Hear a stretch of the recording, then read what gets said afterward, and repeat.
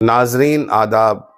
मैं सैयद बसीरुल हसन वफ़ा नकवी उर्दू अदब YouTube channel की जानिब से आपका एक बार फिर इस्तकबाल करता हूँ और आपके गोश गुजार करना ये चाहता हूँ कि आज फिर एक ख़ूबसूरत प्रोग्राम लेकर मैं हाज़िर हुआ हूँ एम खुर्शीद साहब के साथ, जो इस यूट्यूब चैनल के बानी हैं और मुसलसल उर्दू अदब की खिदमत अपने मखसूस अंदाज में कर रहे हैं। सुखनवरान अलीगढ़ के तहत हमारा ये अमल रहता है कि हम ये चाहते हैं कि अलीगढ़ से वाबस्ता उन अफराद की खिदमत में हाज़िर हों जो उर्दू अदब के लिए, उर्दू लिटरेचर के लिए, उर्दू शायरी के लिए कारहाय नुमायाँ अंजाम दे रहे हैं। आज फिर एक मुसरत का लम्हा हमारे सामने है कि हम हाज़िर हुए हैं अलीगढ़ से वाबस्ता, अलीगढ़ मुस्लिम यूनिवर्सिटी से वाबस्ता एक ऐसी शख्सियत के हुजूर में जिनकी शायरी मुनफरिद लबो लहजे से दिलों पर असर करती है। मेरी मुराद है जनाब सरवर पटियालवी साहब। मोहतरम सरवर पटियालवी साहब का ख़ासा ये है कि आप उस सरज़मीन से ताल्लुक़ रखते हैं जहाँ से अमीर खुसरो ने उर्दू अदब की दाग बैल डाली। उर्दू अदब ही नहीं बल्कि हिंदी अदब की इब्तिदा भी अगर कहा जाए तो अमीर खुसरो की शायरी से हुई। अमीर खुसरो वो खुसरो कि जो तसव्वुफ़ से भी वाबस्ता रहे और इसके अलावा शायरी की मुख्तलिफ़ जहतों में उन्होंने सफ़र किया।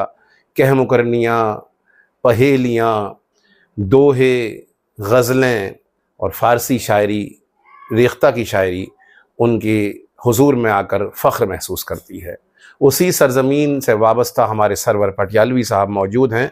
आइए हम उनसे गुफ्तगू करते हैं, उनकी शायरी के बारे में, उनकी शख्सियत के मुख्तलिफ़ पहलुओं के बारे में। मैं आपका इस्तकबाल करता हूँ, हमारी पूरी टीम आपका इस्तकबाल करती है।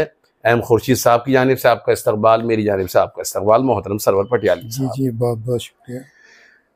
बहुत शुक्रिया सरवर साहब कि आपने बड़ा कीमती वक्त हमें यहाँ दिया और हमारी कोशिश ये रहती है कि हमारे जो नाजरीन हैं हम उन्हें ये दिखाएं कि आज के दौर में उर्दू के सच्चे चाहने वाले किस तरह से उर्दू की खिदमत अंजाम दे रहे हैं। आप भी उनमें एक सर फहरिस्त हैं क्योंकि आप एक मुनफरिद लबो लहजे के शायर हैं और उर्दू की जो असर हाजिर में एक सूरत हाल है उस पर आपकी बहुत गहरी निगाह है, तो उस पर हम गुफ्तगू करेंगे। लेकिन उससे पहले मैं ये चाहूँगा कि आपसे जो सवाल वो मेरे जहन में आ रहा है वो ये है कि आपने शायरी का रुझान आपको जो मैसर हुआ वो क्या वजूहात थी, किस सूरत से आप शायरी की तरफ माइल हुए, हमारे नाज़रीन को ज़रा सा समझाएं।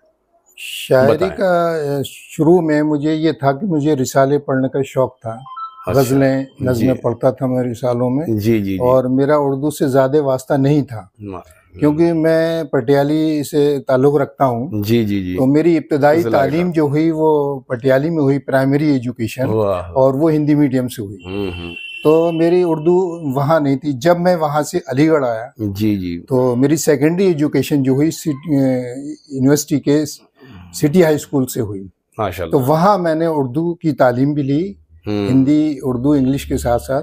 तो उसके साथ मेरा ये शौक़ था कि मैं रिसाले पढ़ना, ये पढ़ना, शेर व शायरी पढ़ने में मेरा इंटरेस्ट था।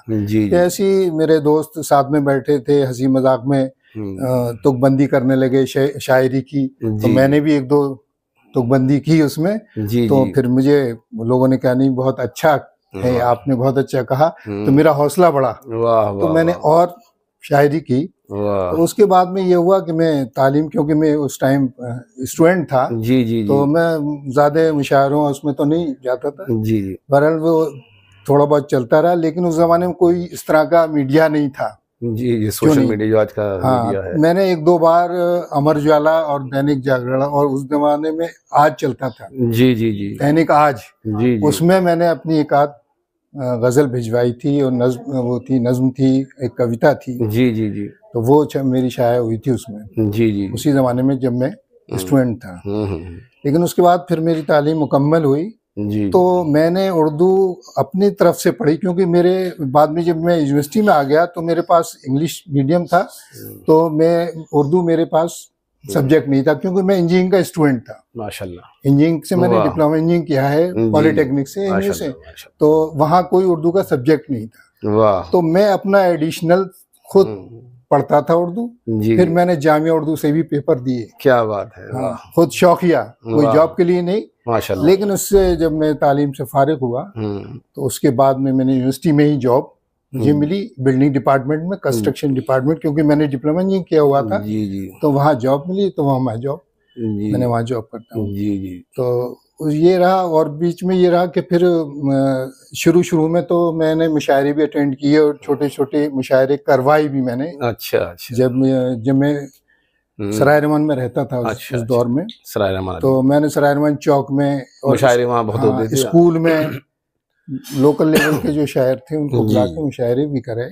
लेकिन बीच में ये सिलसिला खत्म हो गया, फिर मैं जॉब में बिजी हो गया, ज्यादा मेरे पास काम था, तो मैं ज्यादा वक्त नहीं दे पाया। अब ये दोबारा से जो शुरू हुआ, बीच में बिल्कुल खत्म सा हो गया था, लेकिन मैं फेसबुक पर डालता रहता था अपनी शायरी लिख के, और लोग तारीफ भी करते थे, फोन भी आते थे मेरे पास, बहुत अच्छे शेर लिखते हैं, बहुत अच्छा है। तो वो अब उसके बाद कोरोना के जब दौर आया तो हम फ्री थे, घर बैठे हुए थे, कोई काम नहीं था, तो हमने उस पर शायरी शुरू कर दी। कोरोना पे बहुत सारी शायरी की मैंने। और उस दौरान जो ईद आई थी, सबने देखा था ईद कैसी थी कि मस्जिदों में नमाज पढ़ने की इजाजत नहीं थी, मस्जिदों में ताले लगे हुए थे। ईद की नमाज भी हमने एक घर में छुप के पढ़ी थी। तो उस पे भी मैंने ईद की नमाज पढ़ के आया, पूरा मैंने मंजर उसी दिन शायरी में लिखा। माशाल्लाह माशाल्लाह। वो भी मेरे पास नज्म है जो मैंने ईद की नमाज कैसे पढ़ी थी। और कितने डरते डरते लोग, गले नहीं मिल रहे थे एक दूसरे से, नमाज तो पढ़ ली थी लेकिन गले नहीं मिले थे। अच्छा, आपने जिक्र किया, अभी हम आपसे इस सिलसिले से मजीद गुफ्तगू करेंगे। आपने कहा कि ईद के जो हालात थे उस दौरान कोरोना के पीरियड में आपने नज्म का लफ्ज लिया कि नज्म आपने लिखी। तो उर्दू लिटरेचर की, उर्दू शायरी की बहुत सी असनाफ हैं, जैसे मरसिया, रुबाई, क़िता वगैरह वगैरह, मसनवी, और जो एक है जो मशहूर असनाफ में से वो गज़ल और नज़्म। तो आप ज़रा से बताएं कि आपका रुझान किस तरफ ज़्यादा है, गज़ल की जानिब ज़्यादा आपका रुझान है या नज़्म की जानिब आपका ज़्यादा आप मुतासिर हैं नज़्म? हाँ, मेरा रुझान गज़ल में ज़्यादा रहा। लेकिन मौजू के एतबार से मैं हमेशा नज़्म पे रहा। जब मैं कभी कोई गज़ल कहता था एक मौजू पे, तो मेरे सारे शेर ज़्यादातर उसी मौजू पे होते थे, जैसे कि नज़्म का होता है। नज़्म किसी एक मौजू पे होती है, मुसलसल गज़ल जिसे कहते हैं, मुसलसल गज़ल कहते हैं, वो मेरा रहता था। जबकि गजल के लिए जरूरी नहीं है कि सारे शेर एक जैसे हों, एक ही मौजू पे हों, मुख्तलिफ मौजू पे हो सकते हैं। लेकिन मेरा होता था कि मैं जिस सब्जेक्ट पे सोचता था, फिर सब उसी सब्जेक्ट पे होते थे। तो फिर मैंने उसके बाद नज्म मैंने कही है, नज्म कम कही है, गजल ज्यादा कही है, और मेरा रुझान भी गजल की तरफ ज्यादा है। लेकिन गजल का ये रहा है, गजल की मैंने हर मौजू पे गजल कही है, सियासी हो, चाहे समाजी हो, चाहे दीनी हो, चाहे हर मौजू पे मैंने गजल कही, और अशार भी मैंने मुख्तलिफ मौजुआत पे अशार कही। कोई मेरा एक पर्टिकुलर मखसूस वो मौजू नहीं रहा है कभी भी। जो चीज मेरे मुशाहिदे में आई, मैंने उसको नज्म उसमें अशार में मैंने नज्म कर दिया, अशार में कर दिया। अशार में बहुत अच्छी बात आपने कही गजल के हवाले से कि मुख्तलिफ मौजुआत पर आपने गजल कही और उसमें अपने जज्बात का इजहार किया। मगर आपसे यहाँ एक सवाल बनता है, ये बताइए कि अमूमन ये मशहूर है और हक भी है किसी हद तक कि गज़ल में इश्क का जो मौजू, इश्क के जो मौजूआत हैं वो गालिब हैं। तो आप इस बात से कहाँ तक इत्तेफाक रखते हैं, ये इश्क गज़ल में ज़रूरी है या गैर ज़रूरी है? जरा सा इस सिलसिले से गुफ्तगू। नहीं, देखिए, बेसिकली तो सब जानते हैं, आप भी जानते हैं बेहतर तेरे, गजल का मतलब ही हुस्न इश्क है। जी। औरतों से बातें करना या औरतों की बातें करना, यही गजल का मतलब ही है। जी। गजल शुरू ये होती है और इसी मौजू पे गजल होती थी। जी। लेकिन क्योंकि अब जदीद दौर में अब गजल उस पे बंधी हुई नहीं है, उसी मौजू पे अब हर मौजू पे गजल कही जा सकती है। जी, अब जैसे हालात चल रहे हैं, बहुत अच्छी बात, बहुत जी, जंगी हालात चल रहे हैं ईरान इराक, उस पे भी गजल कहते हैं। बेशक, सही बात, मतलब संजीदा मौजू पे भी गजल होती है। जी। और मतलब इश्क और हुस्न पे भी गजल होती है। तो गजल का कोई अब एक वो नहीं रह गया है। बहुत अच्छी बात, एक मौजू नहीं है, कोई मखसूस मौजू। बड़ी अच्छी बात आपने कही कि गजल के मुख्तलिफ असालीब हैं, मुख्तलिफ मौजूआत हैं। अब आप बेहतर तरीके से जानते हैं कि गजल के मुख्तलिफ अदवार रहे। एक जमाना था जिसपे इश्क गालिब रहा, क्लासिकल शायरी और तरक्की पसंद तहरीक से वाबस्तगी रखने वाली शायरी, जदीद शायरी, और आज के दौर में जो माबाद जदीदियत उसके ज़ेर। तो आप ज़रा सा ये बताएं कि इन अदवार के, जाहिर सी बात है बहुत से शौरा ऐसे रहे कि जो नामवर शौरा रहे, इस पूरे गजल की पूरी रिवायत में कोई एक ऐसा शायर बताइए जो जिसने आपको मुतासिर किया हो और इंतहाई मुतासिर किया हो। बिल्कुल बिल्कुल बिल्कुल ऐसा है। वैसे तो मैंने सभी को पढ़ा है जी जी, और अपने शौकिया पढ़ा है। वाह वाह। ऐसा नहीं है कि मैंने स्कूल में सब्जेक्ट के तौर पे पढ़ा है, वो तो एलिमेंट्री पढ़ा, जाहिर से शौकिया ही। नहीं, वो स्कूल में ही पढ़ा, लेकिन इतना डिटेल में नहीं पढ़ा जितना कि मैंने अपने खुद पढ़ा। गालिब के दीवान पढ़े मैंने, जी जी, मैंने मीर को पढ़ा, मैंने अल्लामा इकबाल को पढ़ा। वाह वाह। और सबसे ज्यादा जो मैं मुतासिर हुआ वो अल्लामा इकबाल से, अल्लामा इकबाल से, क्योंकि अल्लामा इकबाल की शायरी जी इब्तदाई दौर में तो वो शायरी थी जो कॉमन मौज़ूआत होते हैं शायरी के, वो थी। लेकिन उनकी जब आगे की शायरी है जो आगे चल के जो उन्होंने कही, वो उनकी शायरी जो है एक तबलीगी शायरी है, दीनी शायरी है। उन्होंने जो लोगों को जगाने की कोशिश की है। क्या बात है। वो उससे मैं बहुत मुतासिर हूँ और मेरे अशार में आप वो देख सकते हैं। क्या बात है। मेरे हर अशार में आप ज्यादातर मेरा मौजू जो होता है वो दीनी होगा या इंसानियत का होगा। जी जी, जी। मेरा मरकज, मेरी शायरी का मरकज महवर जो है वो इंसानियत है। वाह। और सच्चाई, मेरे शेर सच्चे होते हैं। मैं झूठ का कभी इस्तेमाल नहीं करता, कभी लफ्फाजी नहीं, कभी मुबालगा नहीं। वाह वाह। सच्चे शेर कहता हूँ मैं, सच्चाई के साथ। अच्छा, अब सिलसिला चूंकि इकबाल तक पहुंच चुका है और बड़ा लुत्फ आ रहा है हमें भी आपसे गुफ्तगू करके। अब जरा सा मुझे बताएं कि इकबाल आपकी निगाह में मुबल्लिग ज्यादा है कि शायर ज्यादा है?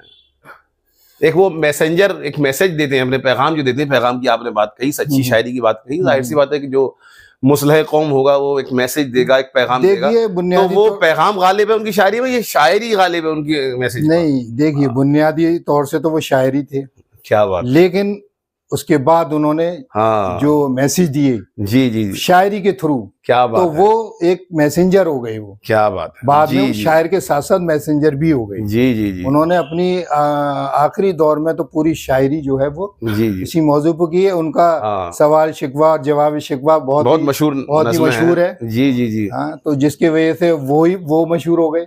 जी हाँ, जाहिर सी बात है, बहुत मशहूर हुए, वो भी इसी जी मशहूर हुए। जी जी। तो ये उससे तो कोई इनकार ही नहीं कर सकता। जी जी जी। ये तो मैं भी उनसे बहुत मुतासिर हूँ। बहुत अच्छा, बहुत अच्छा। नाजरीन, आप देख रहे हैं कि सरवर पटियालवी साहब क्या खूबसूरत गुफ्तगू उर्दू लिटरेचर के बारे में, उर्दू अदब के बारे में कर रहे हैं।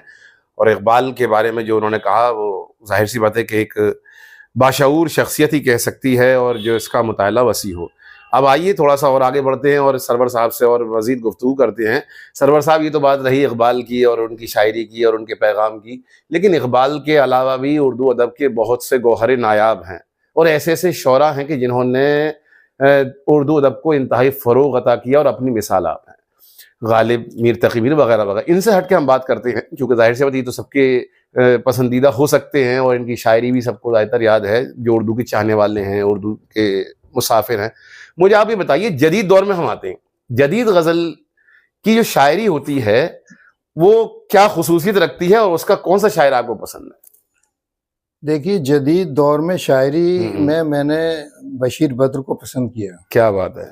और अब अगर उनके बाद में मैं बात करूं तो हमारे राहत इंदौरी साहब, राहत साहब की थी। जी जी। और उनकी शायरी तो थी लेकिन उनकी शायरी की अदायगी जो थी, अंदाज़े बयां, वाह वाह, उसका जवाब नहीं था। सही बात। वो मामूली शेर को भी ऐसे कहते थे कि उसका मियार बहुत बढ़ जाता था। क्या अच्छी बात कही आपने। अंदाज़े बयां जो था वो ये था, वो बिल्कुल बिल्कुल सही बात है, वो पसंद था। और वो मकबूलियत के पीछे उनकी एक बहुत बड़ा हाथ ये भी था, उनकी अदायगी, शेर पढ़ने का अंदाज जी जी जो था वो। तो इसलिए मुझे वो भी बहुत पसंद थे। और मज़ाहिया शायरों में अगर कहें बात, तो मैं कहता हूँ मज़ाहिया शायरों में जो बादशाह कहा जा सकता है वो हमारे सागर खयामी जी, जिनकी शायरी में समझता हूँ कि वाह वाह, बहुत सारे मैं शायरों को देखता हूँ, आज भी देखता हूँ, पहले भी मैंने सुना है शायरों में कि मज़ाहिया शायरी, तंज़ो मज़ा के शायर जो होते हैं जी जी वो करते हैं शायरी, लेकिन वो उतनी म्यारी शायरी नहीं होती जो मुझे सागर खयामी साहब की शायरी में लगी। उनकी कोई भी नज्म, कोई भी गज़ल किसी भी मौजू पर हो, हंसाते भी थे, तंज भी करते थे, लेकिन शायरी का म्यार कभी कम नहीं होने दिया। क्या बात है। क्या उन्होंने शायरी के म्यार, उनकी शायरी तंज़ो मज़ा में मुझे उनसे अच्छा शायर नहीं लगा। जी जी। सरवर साहब, बहुत अच्छी गुफ्तगू आप कर रहे हैं और शायरी के मुख्तलिफ पहलुओं पर भी आपकी निगाह है, इसमें कोई दो राय नहीं। आप मुझे ज़रा सा ठहर कर इस बात को बताएं कि शायरी में एक सिलसिला उस्ताद का और शागिर्द का होता है, और पूरी रिवायत रही है उर्दू लिटरेचर में, उर्दू में। आप इस सिलसिले से कहाँ तक इत्तेफाक रखते हैं, और रखते हैं तो फिर आप बताएं कि आपकी इब्तदाई दौर के उस्ताद कौन थे और मौजूदा दौर में आपके उस्ताद कौन हैं? जी, ऐसा है जैसे मैंने आपको अभी कहा भी था मैंने कि मेरे इब्तदाई दौर के यानी कि कह लीजिए प्राइमरी टीचर जी जी जी इसमें शायरी में वो मेरे दोस्त के वालिद थे, निजामुद्दीन साहब, जो प्रोफेशन से तो वकील थे वो, लेकिन शायर भी थे वो, और शायरी की उन्होंने किताबें दी मुझे। शायरी के उन्होंने मुझे बहर सिखाई, वजन सिखाया, रदीफ काफिया सिखाया। मैं तो जीरो था, यानी कि मैं तो एक यूँ समझ लिए कि नर्सरी का स्टूडेंट था शायरी के मामले में उनके सामने। तो उन्होंने ही मुझे बताया कि ये मुताला करो, किताबें भी दी, सब थे, और वो उन्होंने मेरी इस्लाह की। तो मेरे प्राइमरी टीचर वही थे, और जब भी मुझे कोई दिक्कत आती थी, कहीं आती थी, तो मैं उनसे इस्लाह लेता था। उसके बाद से उनका इंतकाल हो गया और मेरी भी शायरी बीच में वो हो गई, और फिर मुझे ज्यादा जरूरत भी नहीं पड़ी। हाँ, जाहिर सी बात है, चूंकि आप उस क्योंकि मुझे उन्होंने इतना वो कर दिया था जी सारे मौजू पे, गजल के क्या होती है, गजल रूबाई क्या होती है, क्या बात है, क्या बात है, हाँ सारे सब्जेक्ट उन्होंने बता दिए थे मुझे। कसीदा क्या होता है, नज़्म क्या होता है, मुसलसल गजल क्या होती है, गजल मतला क्या होता है, हुस्ने मतला क्या होता है। वाह वाह, उन्होंने मतलब सारी मक्ता किसे कहते हैं, मतला किसे कहते हैं, सारी चीजें उन्होंने बता दी थी। लेकिन फिर भी मुझे अब इस दौर में मैंने अपने जिनको अब उस्ताद मानता हूँ और जिनकी उस्तादी में मैं गया हूँ, वो हैं मोहतरम जनाब नवेद इलियास की नौरी साहब, जो मेरी नज़र में उनका बहुत ऊंचा कद है। माशाल्लाह, वो उस्तादों के उस्ताद हैं, माशाल्लाह माशाल्लाह। उनके लिए वो मैंने एक दिन अपने घर पे एक शेरी नशिस्त रखी थी जी, तो मैंने उनके लिए कथा कहा था, उसी दिन कहा था जिस दिन वो आ रहे थे। मैंने कहा इनके लिए कुछ कहा जाए जी, शायद कुछ। तो मैंने उस्ताद ग्रामी के लिए एक कथा कहा था जब वो मेरे घर पे तशरीफ लाए थे। दरो दीवार जिनके आने से जगमगाए हैं, दरो दीवार जिनके आने से जगमगाए हैं, मैं खुश नसीब हूँ कि वो तशरीफ लाए हैं। मैं खुश नसीब हूँ कि वो तशरीफ लाए हैं। ये सादगी है सरवर, ये उनकी नवाजिश है। ये सादगी है सरवर, ये उनकी नवाजिश है। मेरे गरीब खाने पे वो चल के आए हैं। वाह वाह, ये सादगी है सरवर, ये उनकी नवाजिश है। मेरे गरीब खाने पे वो चल के आए हैं। इसके अलावा एक शेर और कहा मैंने, उनको मैंने देखा किस नेचर के आदमी है, कैसे, तो मैंने खुद ब खुद उन पे एक शेर ये कहा, दिल के हैं नर्म लेकिन, दिल के हैं नर्म लेकिन मजबूत इरादों के हैं। दिल के हैं नर्म लेकिन मजबूत इरादों के हैं। है शान उनकी ऐसी कि उस्ताद उस्तादों के हैं। दिल के हैं नर्म लेकिन मजबूत इरादों के हैं। है शान उनकी ऐसी उस्ताद उस्तादों के हैं। क्या बात ये है, मैंने उनकी शान में ये शेर कहे। वाह वाह वाह। इन मिसरों में आपकी मोहब्बत, आपकी अकीदत नहीं, मेरी इज्जत में उनके, मेरी नजर में उनका कद बहुत बड़ा है। यकीनन इसमें कोई दो राय नहीं है कि असर हाजिर में उर्दू अदब की बहुत बड़ी खिदमत अंजाम दे रहे हैं डॉक्टर इलियास नवेद बुनौरी साहब, और उस्ताजुल असातिज़ा हैं, जैसा आपने अभी फरमाया, जो अपने दौर में दाग दहलवी ने काम अंजाम दिया था उर्दू शायरी के लिए, उर्दू की खिदमत की थी, वो आज के दौर में हमारे उस्ताद मोहतरम डॉक्टर इलियास नवेद बुनौरी साहब कर रहे हैं। बहरहाल काबिल मुबारकबाद हैं आप, कि आपने बड़ी अच्छी गुफ्तगू की और बड़ा अच्छा ये वक्त गुजरा आपके साथ, ये लम्हात गुजरे। बस आखिर में एक सवाल आपसे मैं और करना चाहूँगा, उसके बाद फिर आपसे आपका कलाम सुनेंगे। मैं ये पूछना चाहूँगा आपसे, आप मुझे ये बताएं, क्या शायर के कलाम में उसकी शख्सियत नुमाया होती है, झलकती है, या शायर अपनी शख्सियत उसकी अलग होती है और कलाम उसका अलग होता है? इस बारे में बताएं। जहाँ तक मैं समझता हूँ कि शायर अगर दिल से शायरी करता है तो उसकी शख्सियत उसकी शायरी में झलकती है। क्या बात है। और अगर वो मुबालगे से काम लेता है, वाह, झूठ से काम लेता है, क्या बात है, तो वो कुछ भी लिख सकता है। क्या बात है। लेकिन मैं जो अपनी बात बताऊं तो मेरी तो शख्सियत मेरी शायरी में झलकती है। बहुत खूब। मैं जो हूँ वो शायरी में दिखाई देता है। बहुत खूब। सरवर पटियालवी साहब, बहुत अच्छी गुफ्तगू आपसे चल रही थी, माशाल्लाह आपने बहुत अच्छा बताया। अब हमारे नाज़रीन को हाँ अपने कुछ कते आपने लिखे हों तो वो ज़्यादा से कते सुना दीजिए, और एक आध गज़ल भी आप सुना सकते हैं तो आप उनको सुनाइए। अर्ज किया है, एक कथा पेश करता हूँ मैं आप लोगों की खिदमत में। अर्ज किया है, दर्द दिल की दवा है मेरी शायरी, दर्द दिल की दवा है मेरी शायरी, दोस्तों दिल रुबा है मेरी शायरी। दर्द दिल की दवा है मेरी शायरी, दोस्तों दिल रुबा है मेरी शायरी। अब किसी से वफा ना मिले गम नहीं, अब किसी से वफा ना मिले गम नहीं, मेरी जाने वफा है मेरी शायरी। बहुत उम्दा। अब किसी से वफा ना मिले गम नहीं, मेरी जाने वफा है मेरी शायरी। कोई सरवर जमाने से कह दे जरा, मक्ता पेश करता है। कोई सरवर जमाने से कह दे जरा, मेरे दिल की सदा है मेरी शायरी। कोई सरवर जमाने से कह दे जरा, मेरे दिल की सदा है मेरी शायरी। इसके बाद में मेरे शरीक हयात कहती हैं आप बहुत शायरी करते हैं, मेरे लिए नहीं की। तो मैंने उनके लिए कुछ शेर कहे, उसमें मैंने बच्चों के लिए भी कहे हैं। मेरे 2 बच्चे हैं, एक बेटा है सबूर और बेटी है मेरी शाइजा, दोनों के मैंने नाम उसमें दिए हैं।